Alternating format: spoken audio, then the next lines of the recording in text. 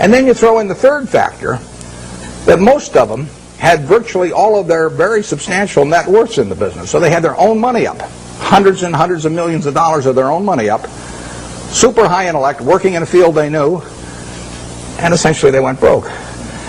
And that to me is absolutely fascinating. I mean, if I ever write a book, it's going to be called Why Smart People Do Dumb Things. My partner says it should be autobiographical, but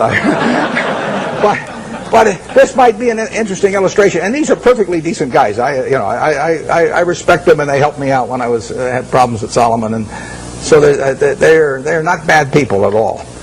But to make money they didn't have and didn't need, they risked what they did have and did need. And that's foolish. That is just plain foolish. It doesn't make any difference what your IQ is. If you risk something that is important to you for something that is unimportant to you, it just does not make any sense. I don't care whether the odds are 100 to 1 that you succeed or 1,000 to 1 that you succeed. If you hand me a gun with 1,000 chambers, 1,000,000 chambers in it, and there's a bullet in one chamber, and you said, put it up to your temple, how much do you want to be paid to pull it once? I'm not going to pull it. You can name any sum you want, but it doesn't do anything for me on the upside, and I think the downside's fairly clear. So I'm not interested in that kind of a game, and yet people do it financially and without thinking about it very much. There was a great book. It wasn't a great book. It was a great title. There was a lousy book written once with a great title by Walter Gutman. The title was You Only Have to Get Rich Once. Now, that seems pretty fundamental, doesn't it?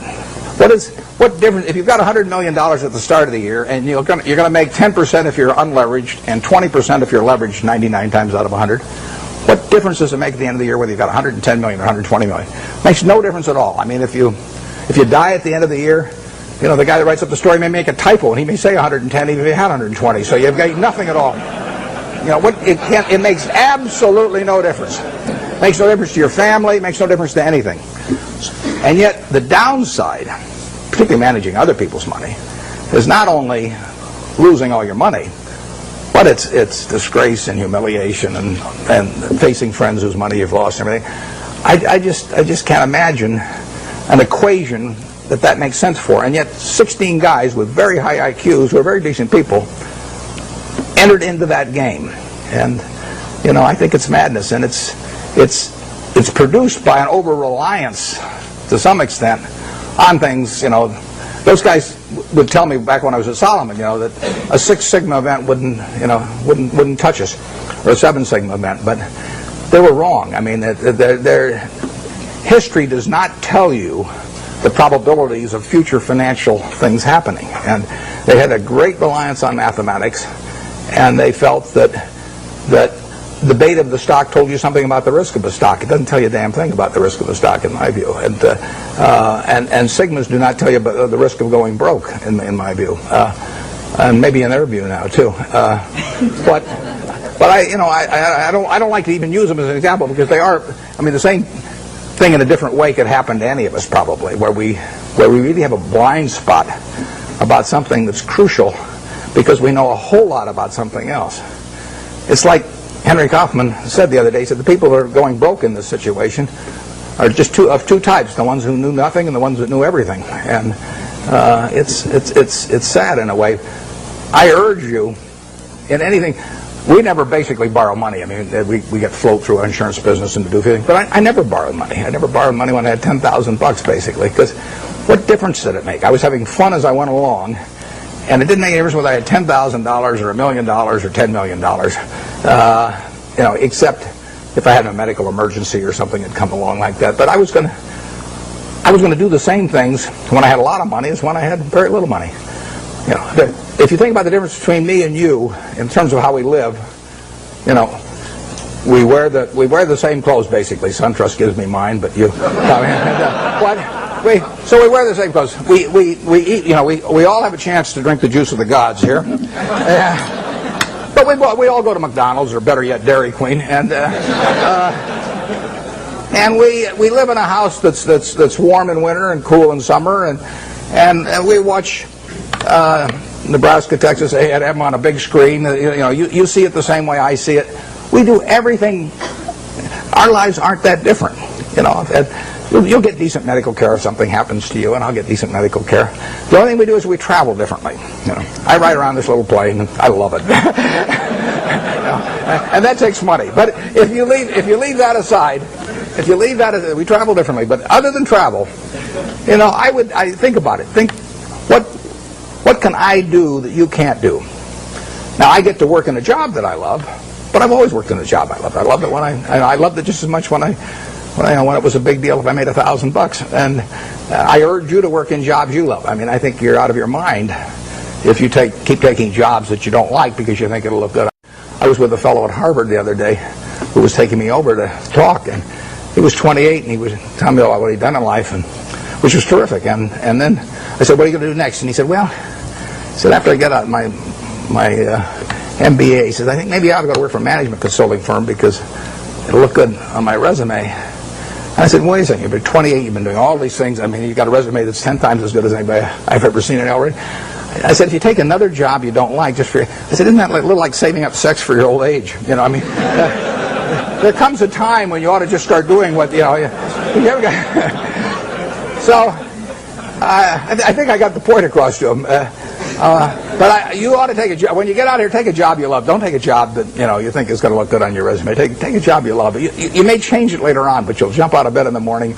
I mean, when I got out of Columbia, the first thing I tried to go to work for Graham immediately. I offered to go to work for him for nothing. He said I was overpriced. But I kept pestering him. I went out to Omaha and I sold securities for 3 years, and I kept writing him and giving him ideas and doing all these things. Finally, I went to work for him for a couple of years, and it was a great experience. But I always really worked in a job. I've worked in a job that I loved doing. And you should really take a job that if you were independently wealthy you would take. That's the job to take, because that's the one that you're going to have great fun in. You'll learn something. You'll be excited about it, and you can't miss. You may go do something else later on, but you'll get way more out of it. And I don't care what the starting salary is or anything of the sort. I don't know how I got off on that, but there I am.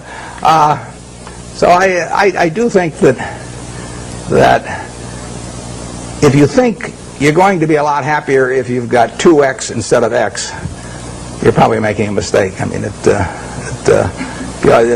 you ought to find something you like that works with that, and you'll get in trouble if you think that making 10x or 20x is the answer to everything in life, because then you will do things like borrow money when you shouldn't, or maybe cut corners on things that your employer wants you to cut corners on. Or it just doesn't make any sense. You won't like it when you look back on it. Yeah. Would you talk to the students about the companies that you like? I don't mean names. I mean what makes the company something that you like. I like businesses I can understand. We'll start with that. That narrows it down about 90%. I mean, there's all kinds of things I don't understand, but fortunately, there's enough I do understand. And you got this big, wide world out there. Almost every company's publicly owned, so you got all American business practically available to you. Now, to start with, it doesn't make sense to go with things that you think you can understand, but you can understand some things. I can understand this.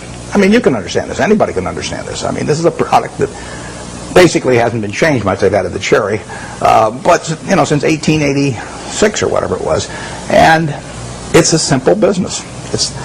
It's not an easy business. I don't want a business that's easy for competitors. So I want a business with a moat around it. I want a very valuable castle in the middle, and then I want the duke who's in charge of that castle to be honest and hardworking and able, and then I want a big moat around the castle, and that moat can be various things. The moat in a business like our auto insurance business at GEICO is low cost.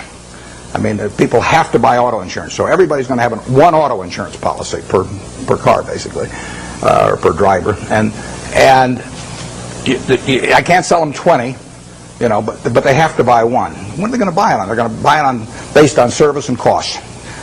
Most people will assume the service is fairly identical among companies or close enough, so they're going to do it on cost. So I got to be the low-cost producer. That's my moat. To the extent my costs get further lower than the other guy, I've thrown a couple of sharks into the moat. But all the time, if you've got a wonderful castle, there are people out there who are going to try and attack it and take it away from you. And I want a castle that I can understand, but I want a castle with a moat around it. 30 years ago, Eastman Kodak's moat was just as wide as Coca-Cola's moat. I mean, if you were going to take a picture of your 6-month-old baby, and you're going to want to look at that picture 20 years from now, and you're going to want to look at it 50 years from now, And you're never going to get a chance. I mean, you're not a professional photographer so that you can evaluate what's going to look good 20 or 50 years ago. What is in your mind about that photography company is what counts, because they are promising you that the picture you take today is going to be terrific to look at 20 or 30 or 50 years from now about something that's very important to you, maybe your own child or whatever it may be. Well, Kodak had that in spades 30 years ago. They owned that. They had what I call share of mind. Forget about share of market, share of mind. They had something in everybody's mind around the country, around the world, with a little yellow box and everything, that said Kodak is the best. That's priceless. They've lost some of that. They haven't lost it all, and not due to George Fisher, who runs it. George is doing a great job. But they let that moat narrow. They let Fuji come and start narrowing the moat in various ways.